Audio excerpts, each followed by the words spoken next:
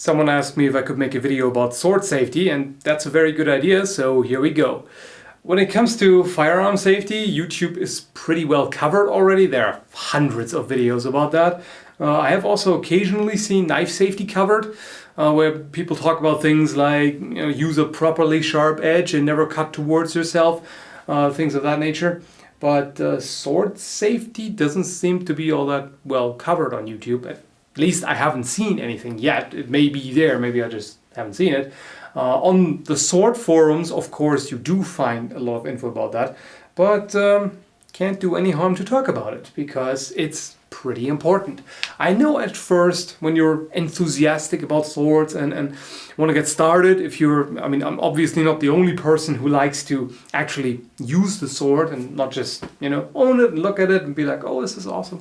But you also want to handle it, you want to do, cutting tests with it, you want to practice historical techniques because it's very interesting and it's a very enjoyable form of sport.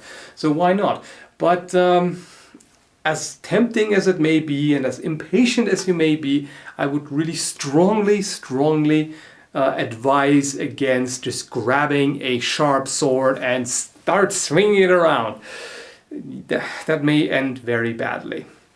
A lot of things that can go wrong. At first, before you have practiced the appropriate techniques and before you've gotten a feel for the sword and your body, you may in many cases not even be quite aware of what your limbs are doing and where exactly they are. Like, for instance, if you have a one-handed sword or saber, at first you may not be used to what to do with the left hand. In many cases, a beginner would just kind of have a tendency to move the left hand out more and more, and then eventually, when you're coming back up from a cut and the arm is here, you may end up cutting your left arm, or when you overswing like that, and sometimes there's a tendency to do this kind of thing, where as you strike down with the right, you raise your left, and you can imagine how that might end if you don't pay attention. Also, depending on the stance, let's say you have your left foot forward and you want to strike with the right from a downward cut. If you overswing, you might bury that thing in your kneecap, which is not going to be pleasant to say the least. So like I said, there are a lot of things that can go wrong. By the way, just to mention it, what to do with your left, I might as well cover that while I'm at it. There are several options that you have in historical manuals. You see different versions, like in some cases you see the hand on the hip like this. In other cases you see it on the back like this, so that's out of the way. The idea being you don't want the arm to be out there because that's another target for your opponent to strike. In fencing you also have this position here where you would have the left hand up here, and when you do a lunge, you kind of move it outward like that for balance. What I personally like to do is keep it close to the chest here. For one, I often like to do grappling in sword fighting, so it's kind of convenient to already have the arm ready there.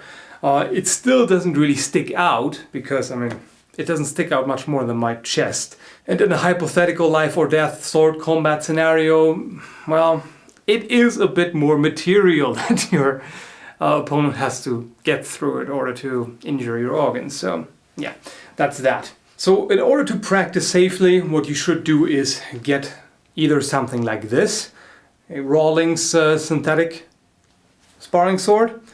Those are obviously completely safe. Or you could also take a wooden sword. Or if you really want to use steel, you could always take a blunt steel sword.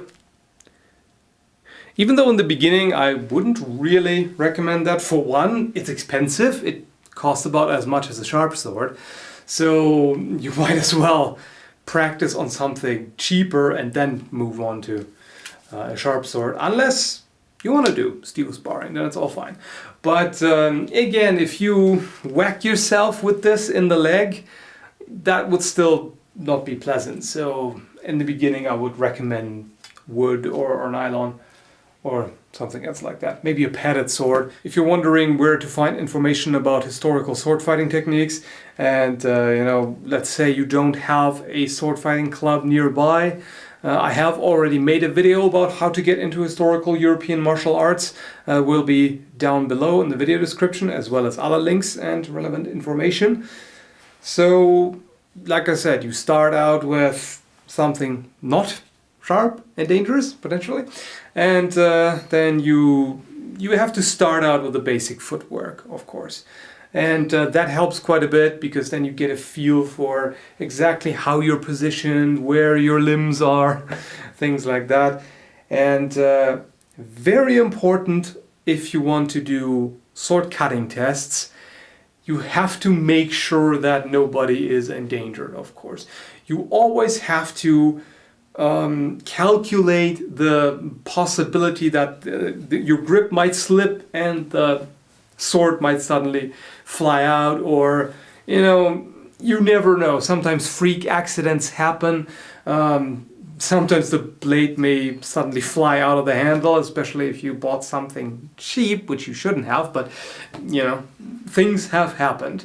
So you need to make sure that in the arc of your swing, there's nobody standing there. So everyone who is watching you should be behind you, and it would also be good if they actually are aware of what direction you're gonna strike in.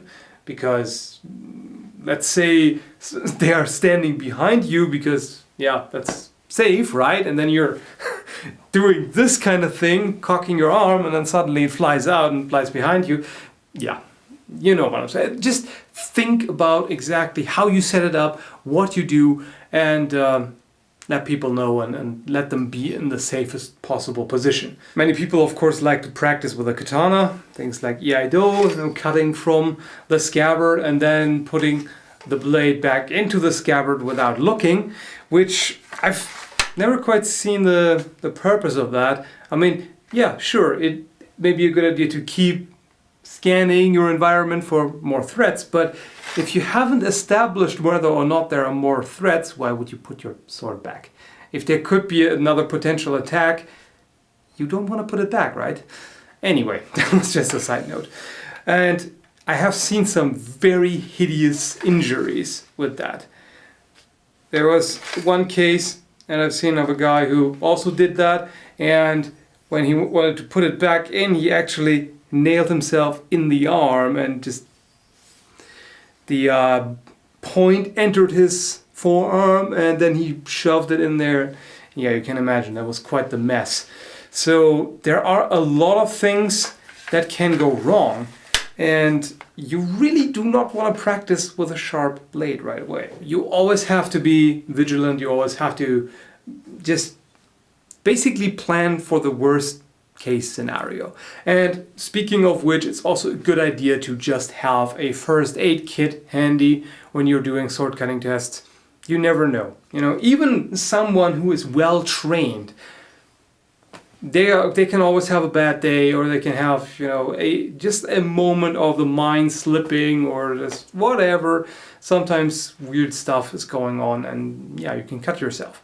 So it's good to have something at hand. Have a mobile phone ready so you can call an ambulance if need be, and have a first aid kit, things like that, just in case. Oh, and before I forget, one last very important thing to consider. When you're just handling your sword, even if you're not practicing really, with a scabbard or sheath, you have to be careful. Especially if it's a leather sheath like this. Sheath, by the way, means it's just leather. It doesn't have a hard wooden core. And a scabbard is something like this. It is made of wood, may have a leather cover. But especially if you're dealing with a leather sheath, be careful when you're drawing it. If you just wrap your hands around this and you just forcefully draw the sword out of it, you may actually cut through the leather and into your hand. So you should be very careful with that. If you have a single-edged blade, like this. Even if you do have a wooden scabbard, it would be a good habit to actually hold it like this. You know, instead of wrapping your fingers around tightly, where, you know, if something should happen, if it's a poor quality sheath or something, especially with a kukri or other similar blade, that can be an issue. If you look at the blade shape here, the edge is on the inside, and you know, as soon as you get to this point, it's kinda sliding up against the scabbard on the inside. So if you have a poorly made scabbard and you just, you know, grasp it like this and rip it out, yeah, not the safest thing to do. So in this case, I'd recommend holding it like this, actually, and then drawing it. And of course, also be careful when putting it back. Just don't be in a rush, don't just ram it in there. That can end very poorly. You just make sure you really align it properly and then you shove it in. That sounds dirty. Well then, I hope this was helpful. Thanks for watching and enjoy your blades.